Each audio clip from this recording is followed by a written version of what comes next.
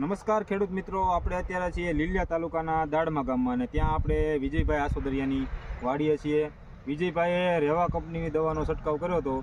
વિજયભાઈને રેવા કંપનીની દવાના અનુભવ આપણે પૂછ્યું કે તમને રિઝલ્ટ કેવું મળે છે. વિજયભાઈ, તમે કઈ દવાનો છંટકાવ કર્યો?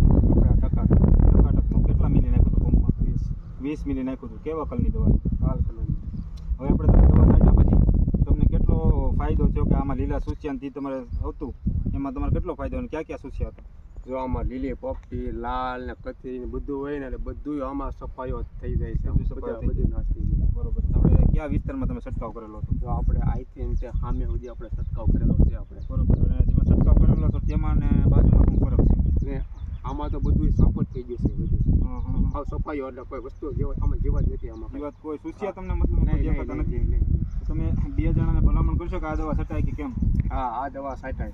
બરોબર. હા, આપણે જે રેવા કંપની દવા આવે છે તેના 20 ml નું માપ છે. 20 વર્ષ જૂની કંપની છે અને લાલ કલરનું મટીરિયલ અંદરથી નીકળે છે. હા. રિઝલ્ટ તમારી નજર સામે તમે જોઈ શકો છો કે આ બાજુ જે તમે છંટકાવ કરેલો છે ને, આપણે જોયું હમણાં કે એમાં કોઈ પણ જાતના સૂસ્યા નથી. જે નથી કરેલું ને તેમાં સૂસ્યા ઉઠતા હોય એવું દેખાય છે. બેઠા છે હજી જે રસ ચૂસવાનો સૂસ્યા છે એ પણ સૂસે છે. તો આમાં તમને ખૂબ સારો ફાયદો એવો થયો એવું દેખાય છે તમને. હા. તો આગળ તમે બે ખેડૂતને ભલામણ કરશો કે છટાય કે કેમ? હા, આ દવા છટાય. છટાય.